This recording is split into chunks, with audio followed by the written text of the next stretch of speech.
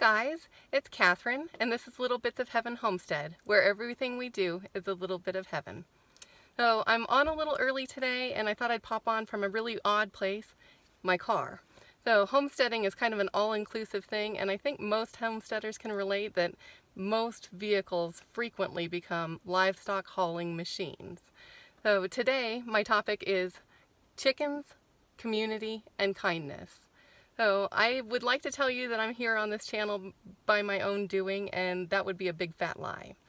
It's been a series of blessings and support and encouragement from a ton of friends that have gotten me to this point, and that's true about our homestead in general. So I came into this as a prepper, somewhat fearful, realizing that I had no skills, that we lived in a fragile world with an extremely fragile just system in general. I mean, food and everything that we use and need daily, it comes to us usually through a truck, and I started realizing that just everything was just so fragile, and I was determined to be resilient and strong. Hello, 1 Acre Under God Homestead. So the prepper in me was fearful of people. You don't want to tell people what you've got going on. You don't want to tell people what you're up to.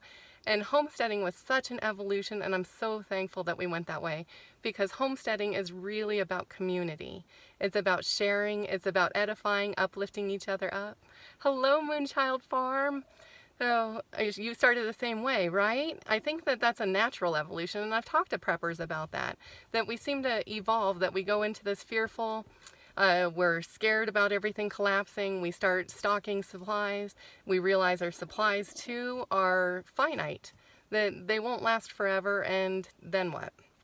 So our first homestead animal was rabbits. They feed us well. We ended up adding chickens at some point. And it's all kind of downhill from there. There's something called farm math. It's chicken math, rabbit math, goat math. It doesn't matter what you're talking about. 1 + 1 seems to equal 45, and it happens relatively quick. But losses can also happen relatively quick. I feel really strong about open ranging my chicken flock, and I live in an area that we have an abundance of predators.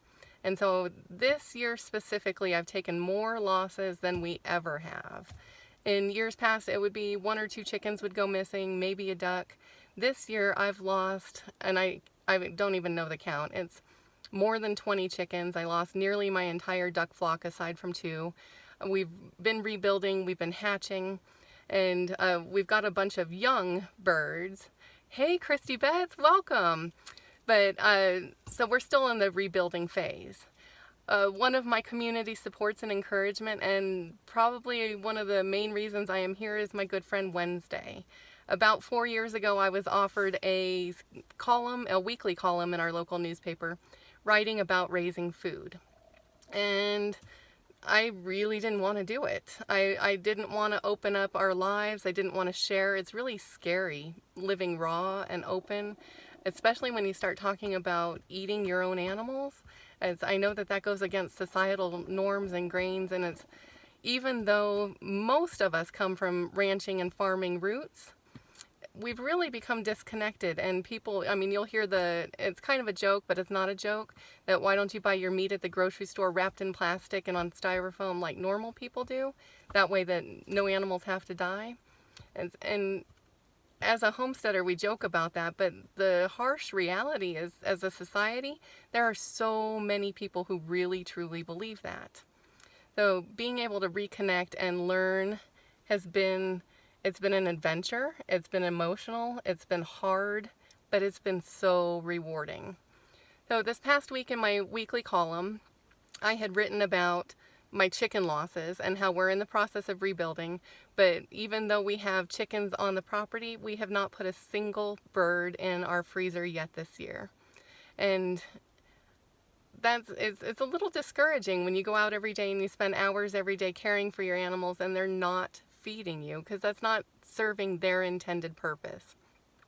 And I had several people reach out to me this week and offer me birds, like adult birds. So these guys in the back of my car, I just picked up today. And they were from a friend who follows my column, and he comes and visits. Christy Betts says the reality most animals raised commercially live horrible lives. I know, and that breaks my heart. And that's one of the primary reasons, aside from being prepared and learning skills, is I'm an animal lover and really wanted to ensure that the meat that we were serving our family lived healthy, happy lives, with an emphasis on happy. So anyways, this gentleman contacted me and said that they too are homesteaders and that they raised too many birds over the last year or two, and they didn't have the time or energy to butcher them themselves, and he offered us their excess. Hey Tom, welcome. And so today I went and picked up their excess birds. We're going to add them to our flock because they're old enough to still be productive egg layers, but not too old yet. And then yesterday at the farmer's market, I had 2 individuals approach me asking about if I would be willing to take their old birds. And we're talking like 5 years old.